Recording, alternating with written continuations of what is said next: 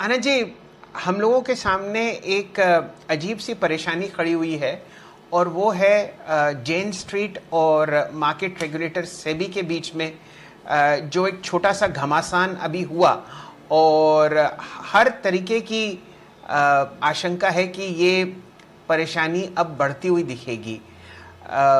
F&O के बाज़ार में एक कंपनी ने लगभग 46,000 करोड़ रुपए 18 महीने में कमाए और उसी दौरान रिटेल इन्वेस्टर्स और निवेशकों ने लगभग एफएनओ में 1 लाख 1 करोड़ रुपए का नुकसान किया।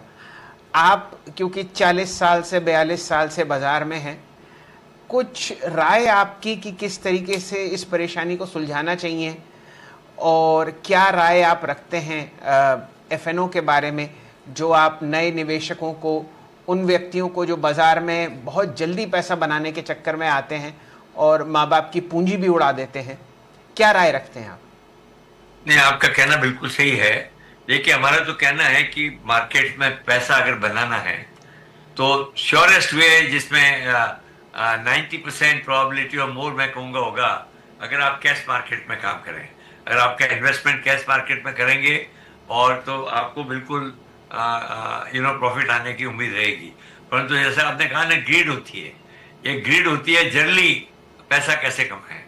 तो उसके चक्कर में जो एफएनओ में रिटेल इन्वेस्टर जाते हैं उसमें कई बार ज़्यादातर लोग पैसा खो देते हैं। जो सेबी का आंकड़ा आ रहा है 90% से ज़्यादा लोग पैसा खोते हैं।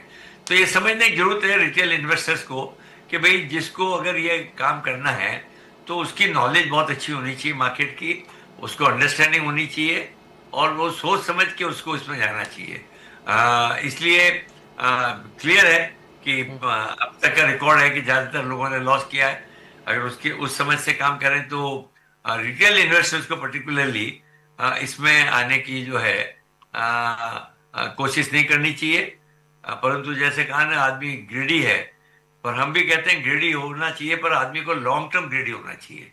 Short term ग्रेडी doesn't bring money. तो ये एक स्टेप जो सेबी ने लिया है, पर मानना है कि भाई मैंने पूरा ऑर्डर नहीं देखा, परंतु ये बिल्कुल लगता है कि भाई सेबी ने ये पाया कि मार्केट को मैनिपुलेट किया जा रहा था। तो अपना मार्केट में ये पॉसिबिलिटी, क्योंकि अभी डेप्थ ऑफ मार्केट इतनी नहीं है कैश मार्केट की, जरूरत है कि कैश मार्केट की डेप्थ बढ़ाई जाए और कोई भी आदमी कैश मार्केट में थोड़ा इन्वेस्टमेंट करके मार्केट या सेंसेक्स को हिलाए नहीं। ये ताकत जब आएगी जब कैश मार्केट की डेप्थ बढ़ेगी। और उसमें ही देखिए, हमारे तो एज एन ऑर्गेनाइजेशन ऑल्सो हम हमेशा सलाह देते हैं कि भैया कैश मार्केट में इन्वेस्ट करो, डेफिनेटली पैसा कमाओगे। आज वेल्थ में तो हम लोगों को बिल्कुल ही एफएनओ को तो करने के बिल्कुल सलाह देते ही नहीं है। तो ये I think we are going through a learning process. और सेबी ने भी ये पाया कि भाई अगर मैनिपुलेट करो मार्केट को, आप हेज करो तो कोई बात नहीं। Actually FNO market is meant for hedging, not for such wider speculation. पर इंडिया के मार्केट में हेजिंग कम रह गई है, स्पेकुलेशन ज्यादा हो गया है। तो धीरे धीरे करके मेरा मानना है कि लोग समझेंगे बाय एक्सपीरियंस। वो कहने से नहीं समझता आदमी, जब तक खुद नहीं तजुर्बा करता है ना तब तक नहीं समझता है। तो धीरे धीरे लोग समझेंगे। परंतु मैं समझता हूँ सेबी को मैनिपुलेशन का ध्यान रखना जरूरी है और उन्होंने अगर ये कदम उठाया तो सही कदम है कि भाई मैनिपुलेशन नहीं होना चाहिए मार्केट का।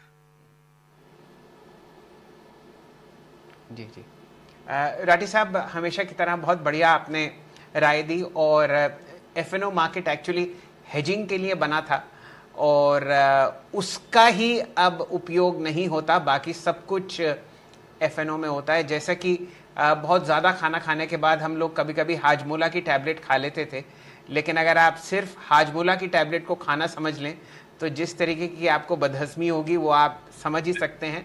और वही केस अब आपको ज़्यादा एफएनओ करने पर दिख रहा है कि आपकी जो finance. If you like the video, do like, comment, share and subscribe.